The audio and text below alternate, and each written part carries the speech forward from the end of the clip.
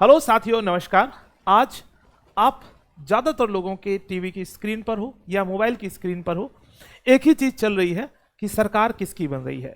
लेकिन हम लोग बात करेंगे उत्तर प्रदेश की कि उत्तर प्रदेश में जो बीजेपी को बड़ा डेंट लगा है, बीजेपी की एक बड़ी हार हुई है, जहां से सरकार बनती है और बिगड़ती है। क्योंकि यूपी में 80 सीटें हैं लोकसभा की, और जिस तरफ यूपी चलता है उस तरफ देश चलता है, ये सच है। क्योंकि एक बहुत निर्णायक होता है कि कितनी सीटें उत्तर प्रदेश में आ रही हैं, उससे डिसाइड होता है कि सरकार किसकी बन रही है।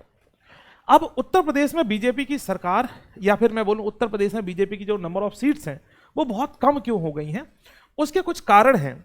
और उस पर मुझे लगता है कि आने वाली सरकारों को, चाहे वो अभी एनडीए की सरकार आए चाहे इंडिया की सरकार आए, दोनों को सोचना पड़ेगा। वर्तमान में हमारे मुख्यमंत्री साहब हैं योगी आदित्यनाथ जी, उनको भी इस बात पे सोचना पड़ेगा, क्योंकि अभी 2027 में आपके विधानसभा के इलेक्शन होंगे, तो उसके लिए भी एक बहुत बड़ा मुद्दा बन सकता है।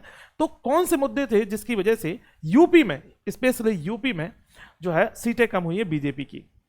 बल्कि आप देख रहे थे कि राम मंदिर का एक बड़ा मुद्दा था जो सॉल्व हो गया था, राम मंदिर बन गया था, लेकिन आप देखोगे कि अयोध्या सीट से बीजेपी हार गई। तो इसका मतलब क्या है, एक बात समझ में आती है बहुत क्लियरली कि लोगों ने इस मंदिर मस्जिद की लड़ाई से ऊपर उठ करके वोट दे दिया है, पहली बात। वरना आप सोचो, यदि राम मंदिर पे वोट पड़ना था तो अयोध्या में तो प्रॉपर जो है बीजेपी को जीतना चाहिए था। इस बात का एक बहुत पुख्ता सबूत मिलता है। दूसरी बात, जो नंबर ऑफ सीट्स घटी, चाहे और बहुत जो बड़े बड़े लोग हैं जो कि अभी कुछ लोगों के रुझान आ रहे हैं तो उनको पीछे चल रहे हैं, उसमें भी हमें समझ में आता है कि वो पीछे इसलिए चल रहे हैं क्योंकि ये बातें सुनी नहीं किसी ने। तो मुद्दे कौन से थे एक्चुअली? मुद्दे ये थे कि आपने सिपाही भर्ती सही से नहीं कराई, आपने आरओ के परीक्षा को लीक करा, आपने जो है सिपाही भर्ती की परीक्षा थी उसको लीक किया। भयंकर बेरोजगारी है, बेरोजगारी चरम पे है। आप समझो उत्तर प्रदेश में हर दूसरा लोग, मतलब आप समझो हर दूसरा क्या, 10 में से यदि मैं बात करूं कि लगभग 10 युवाओं को यदि आप देख लो तो 2 लोग पे ही रोजगार होगा, मुझे लग रहा है ना, बाकी सब बेरोजगार बैठे हुए हैं। तो बेरोजगारी भी एक चरम पे है। तीसरी महत्वपूर्ण बात है कि जो प्रशासन को लेकर के एक अलग तरीके का एक समझ योगी आदित्यनाथ जी ने बनाने की कोशिश की, मुझे लगता है कि वो लोग समझ में, उनको मतलब लोगों को भी वो समझ में नहीं आ रही है। जैसे एक बुलडोजर कल्चर था, तो एक जो शांतिप्रिय लोग हैं जो थोड़ा सा ये इस बात में भरोसा रखते हैं, गांधीवादी फिलॉसफी में भरोसा रखते हैं, तो वो ये सोचते हैं कि यार कि मुझे ना किसी को इस तरीके से नुकसान नहीं करना है ना, एक न्यायप्रिय तरीके से ही चीजें होनी चाहिए। तो एक ये भी एक बहुत बड़ी जो है वजह रही जिसकी वजह से यूपी में बीजेपी को एक बड़ा डेंट लगा। बल्कि मुद्दे बहुत अच्छे थे बल्कि इस बार, लेकिन एक और बड़ी महत्वपूर्ण बात है कि बीजेपी ने अपने काम नहीं गिनवाए।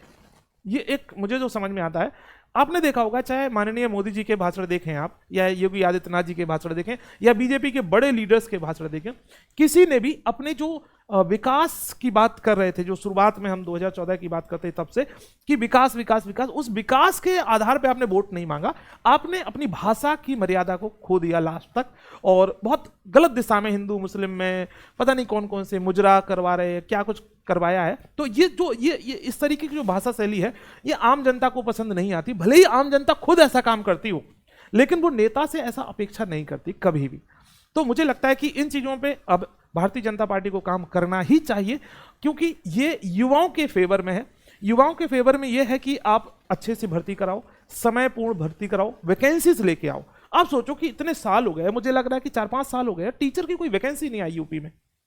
आप सोचो जो कितनी बड़ी मतलब वैकेंसी होती है, वहीं पे आप देखते हो कि बहुत सारी जो आपके स्कूल्स में टीचर की वैकेंसीज हैं, खाली पड़े हैं, स्कूल में टीचर्स नहीं है, लेकिन फिर भी आप टीचर की वैकेंसीज नहीं दे रहे हो।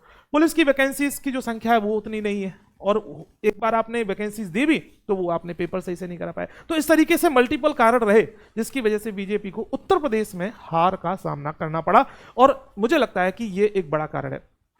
अब सरकार किसकी बनेगी किसकी नहीं बनेगी, बस मैं इतनी बात कहता हूं, जिसकी भी सरकार बने वो सरकार स्टूडेंट के लिए सोचे, युवाओं के लिए सोचे, महिलाओं के लिए विशेष काम करे, और जो है समाज का जो एक वंचित वर्ग है जिसके पास संसाधनों का अभाव है, उनके लिए संसाधन पहुंचाए।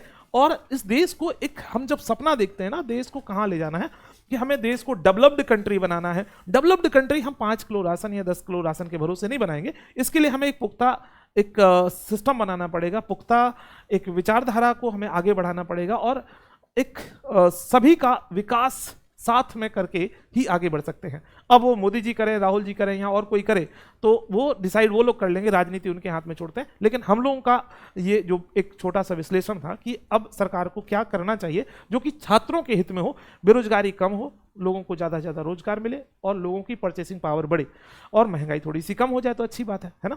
सो बाकी धन्यवाद, नमस्कार।